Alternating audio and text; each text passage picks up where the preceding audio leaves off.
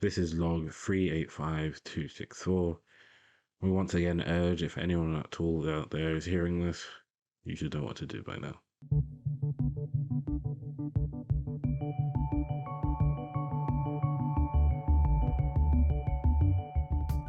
Warehousing is a weird little thing, isn't it?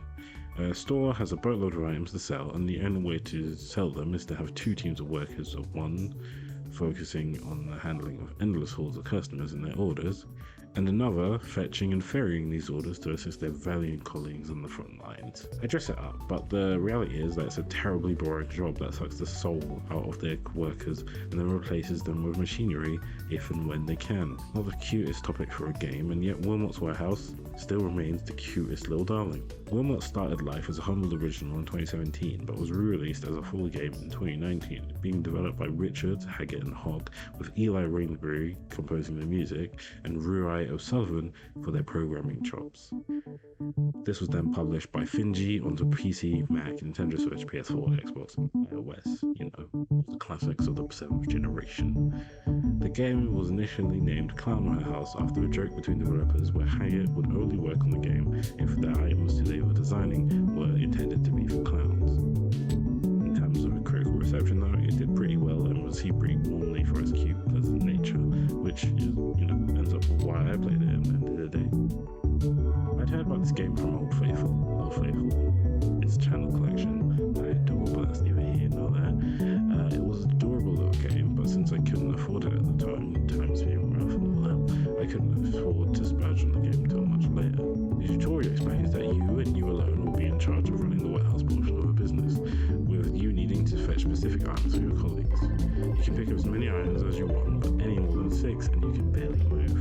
Bring your items to the shuttle within the time limit, and when all your colleagues have been served, you press the clock on the right and bang the stars that you've earned. You'll need them later. After this, you receive a delivery of more items and have a bit of time to organise the delivery how you like. Unlike the delivery in service phases, your stock take is untimed, allowing you to organise the warehouse to your heart's content. You do receive a slightly bigger delivery of items in this phase, but you have all the time in the world to sort them. These stock phases are truly the peaceful havens of the game, but you will have to progress at some point, something where the stars come in handy. Before each stock phase, you can have the option to buy a single upgrade with the stars you amassed. These unlock over time, while some are more pressing than others. You can only pick one per quarter, so keep that in mind when buying a poster that does nothing other than force you to reorganize your north and eastern corridor just to see it. Trust me, I've done it. It doesn't go well. Editor's note, this is Wiggz in Super Future. Woo! You can buy more than one upgrade. I'm sorry. Wait. Picking this game up again is like wrapping yourself in an old patchwork quilt that you've made eons ago that you're now going to throw away and start a fresh one, because that is way simpler than trying to remember what bullshit configuration you left Paul Wilmot, or even worse, Wilmot & Co. when you played this in co-op mode. Ignoring the warm memories I've just destroyed, coming back to the warehouse feels like riding a very old bike, as all the techniques you're used to aren't quite possible in the beginning, so your vital dependency of needing to both rotate and carry more than 6 blocks are something to reminisce and desire.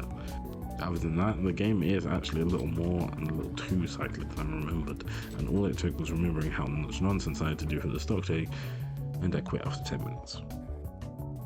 I mean, hopefully I'll be a bit more driven to play at some point in the future, but right this second, I don't want to be a warehouse worker again, no matter how cute it promises to be. Maybe trying to play it the night after Crimbus, full of chicken, duck, cheese, and a decent-ish non-alcoholic wine didn't help, but I quit again after 10 minutes.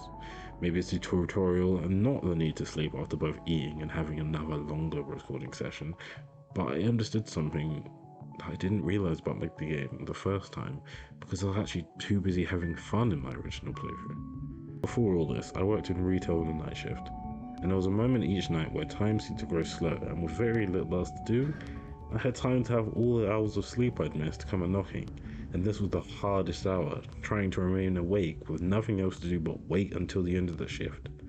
Most of the time it was only the last hour or so I could push through it.